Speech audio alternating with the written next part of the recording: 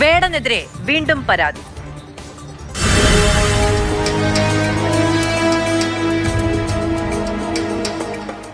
Wrapper വേടനെതിരെ വീണ്ടും പീഡന പരാതി.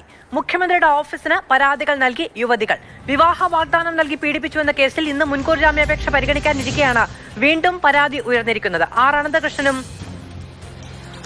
വിവരങ്ങളുമായി നമ്മളോടൊപ്പം ചേരുന്നുണ്ട്. അനന്തൻ, മുഖ്യമന്ത്രിയുടെ ഓഫീസിന് ഈ പെൺകുട്ടികൾ പരാതി നൽകിയിട്ടുണ്ട്. മുഖ്യമന്ത്രിയെ നേരിട്ട് കാണാനുള്ള അവസരം കൂടി ചോദിച്ചിട്ടുണ്ട് എന്നറിയുന്നു.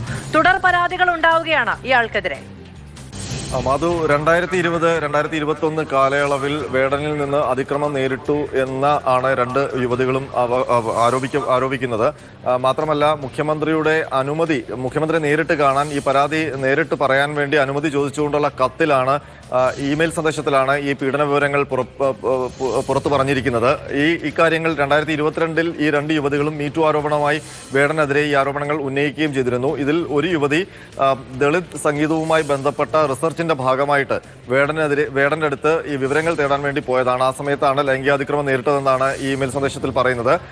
പീഡനത്തിനിരയായ മറ്റൊരു യുവതി പറയുന്നത് അവരുടെ കലാപ്രകടനം കണ്ട് വേടൻ ഇങ്ങോട്ട് സമീപിക്കുകയും പിന്നീട് ക്രൂരമായ ലൈംഗികാതിക്രമം നടത്തി എന്നുമാണ് ആ പരാതിയിലും പറയുന്നത്. ഇപ്പോൾ നിലവിൽ വേടനെതിരെ ചുമത്തിയിരിക്കുന്ന ബലാത്സംഗ കുറ്റം കാക്കനാട് പോലീസ് സ്റ്റേഷനിലാണ്. ആ പരാതിയിൽ പറയുന്ന അതേ കാലയളവിൽ തന്നെയാണ് ഈ രണ്ട് യുവതികളും അതിക്രമം നേരിട്ടിരിക്കുന്നതെന്നാണ് പറയുന്നത്.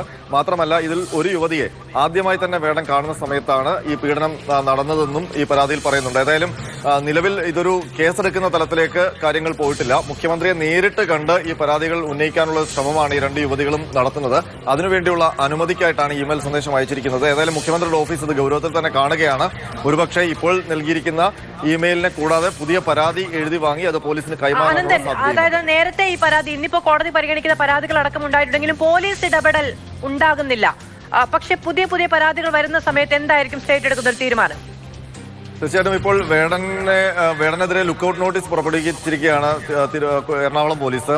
പക്ഷേ ഇപ്പോൾ വന്നിരിക്കുന്ന രണ്ട് പുതിയ പരാതികൾ, ആ പരാതികൾ നേരത്തെ മീറ്റു ആരോപണമായി വന്നിട്ടുണ്ടായിരുന്നെങ്കിലും അതിലേതെങ്കിലും തരത്തിലുള്ള പോലീസ് നടപടികൾ ഉണ്ടായിട്ടില്ല.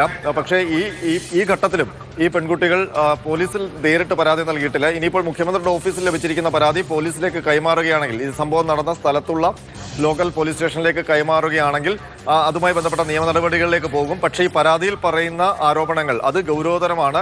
നിലവിലെടുത്തിരിക്കുന്ന കേസിന് സമാനമായ, അതായത് ബലാത്സംഗ കുറ്റം തന്നെ ചുമത്താൻ പറ്റുന്ന ആരോപണങ്ങൾ തന്നെയാണ് ഈ രണ്ടു പരാതികളും പറയുന്നത്. അതുകൊണ്ട് തന്നെ മുഖ്യമന്ത്രിയുടെ ഓഫീസ് ഇത് ഗൗരവത്തിലെടുക്കുകയും തുടർ നിയമ നടപടികൾക്കായി അത് കൈമാറുകയും ചെയ്യാനുള്ള സാധ്യതയാണ് കാണുന്നത്. 2020-2021 കാലഘട്ടത്തിൽ സംഭവിച്ച കാര്യങ്ങളാണെങ്കിലും വേടനുമായി ബന്ധമുള്ള ആളുകൾ ചില സാഹചര്യങ്ങൾ